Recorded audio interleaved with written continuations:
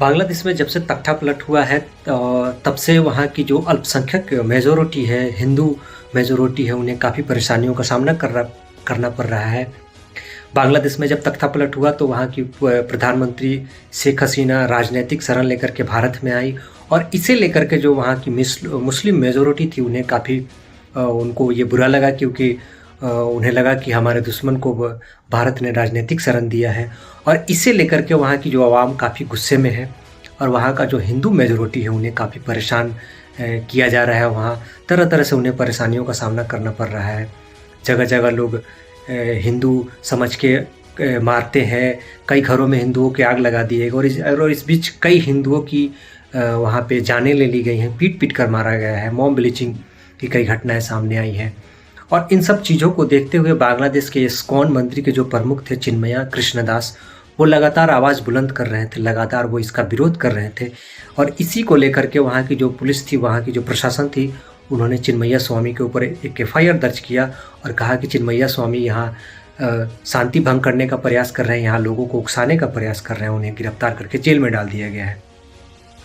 और चिन्मया स्वामी के केस लड़ने के लिए कोई वहाँ वकील नहीं मिल रहा है। रमन रॉय जब उनका केस लड़ने के लिए सामने आया तो उनके ऑफिस में घुस करके तोड़फोड़ किया गया, उन्हें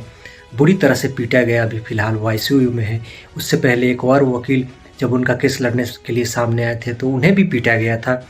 इस तरह से फ़िलहाल चिन्मया कृष्णदास के रिहाई के लिए कोई वकील नहीं मिल रहा जो उनका केस लड़ सके और उनकी रिहाई हो सके। फ़िलहाल उनका जो मामला था वो अब जनवरी के लिए टाल दिया गया है और वर्तमान में कोई वकील नहीं सामने आ रहा है जो उनका केस लड़ सके। जब से बांग्लादेश में तख्ता पलट हुआ है तब से वहाँ के हिंदुओं की स्थितियाँ ठीक नहीं है और लगातार हिंदुओं पे हमले हो रहे थे। उन सब चीज़ों को लेकर के इस्कॉन मंदिर के जो चिन्मया कृष्णदास थे वो लगातार अपनी आवाज़ें बुलंद कर रहे थे। फ़िलहाल कोलकाता इस्कॉन मंदिर के चीफ ने जितने भी बांग्लादेश में साधु संत हैं जो इस्कॉन मंदिर से जुड़े हुए हैं या फिर और भी साधु ने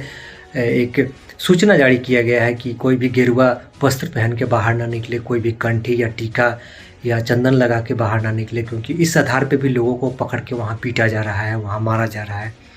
जब से मोहम्मद यूनिस की सरकार आई है तब से अल्पसंख्यक असुरक्षित महसूस कर रहे हैं वहाँ, चाहे वो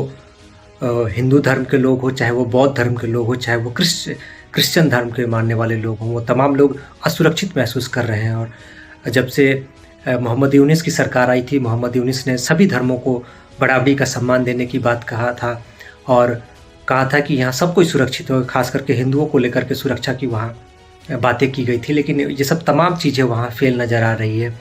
और सिर्फ कट्टरपंथियों वहाँ हिंदुओं पे लगातार हमला कर रहे हैं और बांग्लादेश भी पाकिस्तान के राह पे जाता हुआ दिखाई पड़ रहा है। बांग्लादेश का जो सोच है, जो थिंकिंग है, वो पाकिस्तान की तरफ इशारा करता हुआ नज़र आ रहा है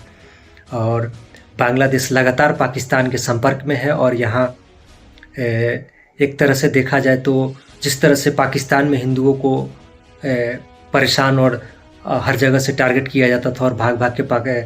पाकिस्तान से हिंदू बहुत सारे संख्या में भारत आ गए थे, ठीक उसी तरह से बांग्लादेश में भी अभी लगता है जब से मोहम्मद यूनिस की सरकार बनी है तब से हिंदुओं को परेशान किया जा रहा है। जब भारत से अलग हुआ था पाकिस्तान और पूर्वी पाकिस्तान, जब आज जो बांग्लादेश के नाम से जाना जा रहा है, वहाँ 22% हिंदू आबादी थी और धीरे धीरे घटते घटते आज मात्र 8% हिंदू आबादी बच गई है। तो ये सब चीज़ें हैं और मोदी जी का सीना कहा जाता है कि 56 इंच का है। सभी देश चीन जापान इनसे डरते हैं, लेकिन आस पड़ोस के जो देश हैं, खास करके बांग्लादेश और नेपाल रहा, उनसे स्थित जो विदेशी जो आपसी है वो काफ़ी बिगड़ता हुआ नज़र आ रहा है। इनका जो रिलेशन है बांग्लादेश और भारत का जो काफ़ी बिगड़ता हुआ नज़र आ रहा है और इस पर सरकार एकदम से चुप्पी लगाई बैठी है।